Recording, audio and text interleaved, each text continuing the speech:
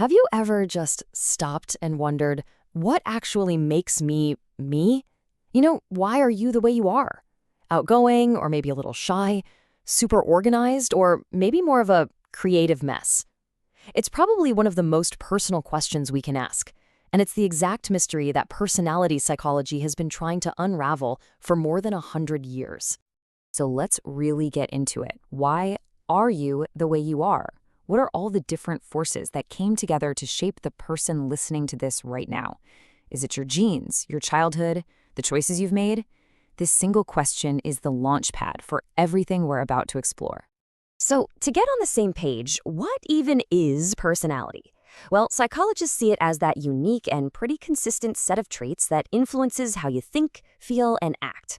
And here's a really cool little fact. The word itself comes from the Latin word persona, which actually means mask. Now hold on to that idea of a mask. It's going to come back in a big way later on. Okay, before we can jump into all the different theories, we have to understand the huge debates that are kind of like the ground rules of the field. These are the big questions that every single personality psychologist has to grapple with.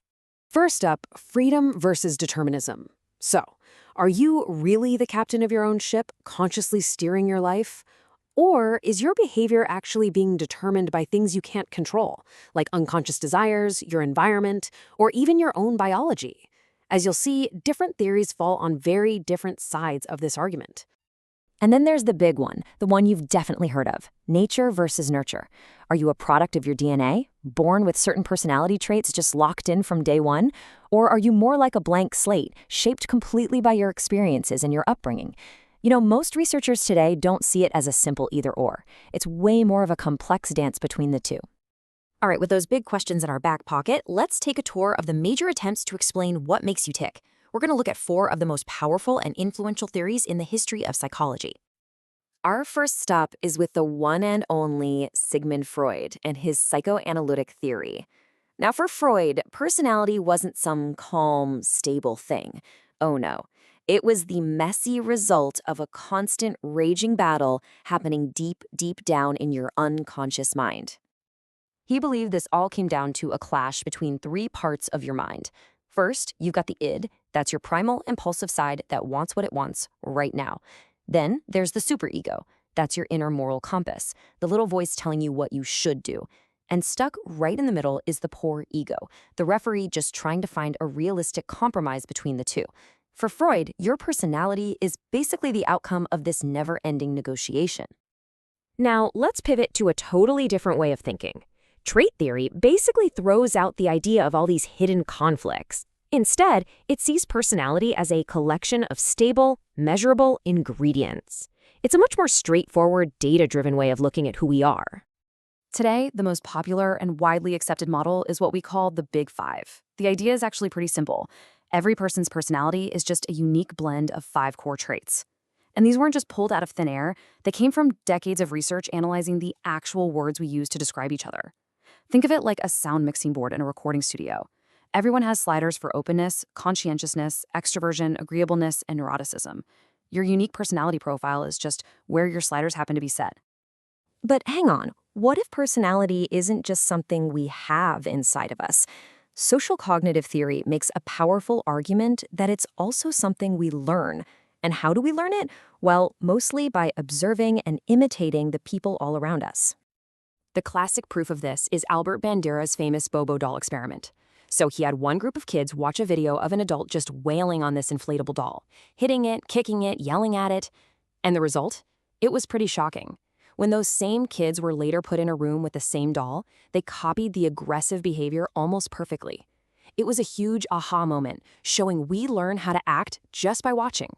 So what this really points to is that crucial interaction between our inner world and the outer world, right? Our own thoughts, our memories, our emotions, they're all constantly mixing with what we see and experience.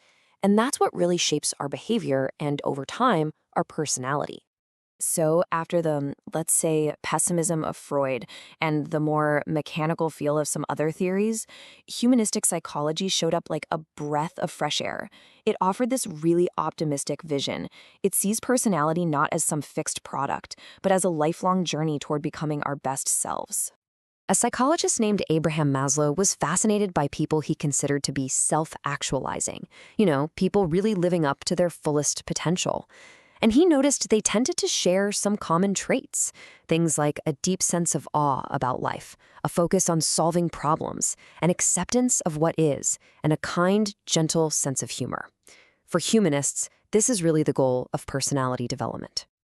Okay, so we've got all these incredible theories. But how does a psychologist actually figure out someone's personality? I mean, how on earth do you measure something that's totally invisible and internal? Well, there are two main approaches, and they're built on completely opposite ideas. Projective tests assume your real personality is hidden in your unconscious, and they use sneaky ways to try and lure it out. Objective tests, on the other hand, assume that you're the expert on you and that you can consciously report on your own personality. A classic example of a projective test is the Rorschach ink blot test. You've probably seen this in movies, right? A therapist shows you a weird, ambiguous ink blot and asks, "What do you see here?" The theory is that you'll project your hidden fears, your secret desires, and your inner conflicts onto that meaningless blot, basically revealing your unconscious mind. Now, on the complete opposite end of the spectrum, you have an objective test, like one that measures the big 5 traits. It's way more direct. It's just a questionnaire with simple statements like, "I am the life of the party," or "I get stressed out easily," and you just rate how much that sounds like you. It's fast, it's efficient, and it totally relies on your own self-awareness. All right, we've toured the big debates, the major theories, and the tests that try to measure it all. So let's bring it all the way back to that very first question. Who are you? So, which theory is the right one? Well, the modern view is that none of them are, or at least not completely. Most psychologists today take what's called an eclectic approach.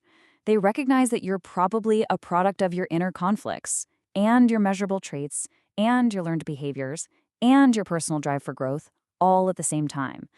Each theory offers a valuable piece of a very, very big puzzle. And this brings us right back to where we started, that Latin word, persona, the mask. Maybe the best way to think about these theories isn't as right versus wrong explanations. Maybe it's better to see them as different masks or different lenses that we can use to look at this incredibly complicated thing we call personality. Not a single one of them is going to show you the true face underneath, but each one can absolutely help you understand a part of it. So the final question I'm going to leave you with is this. When you really look at your own life, your own habits, your own patterns, which one of these masks, which lens seems to explain you the best?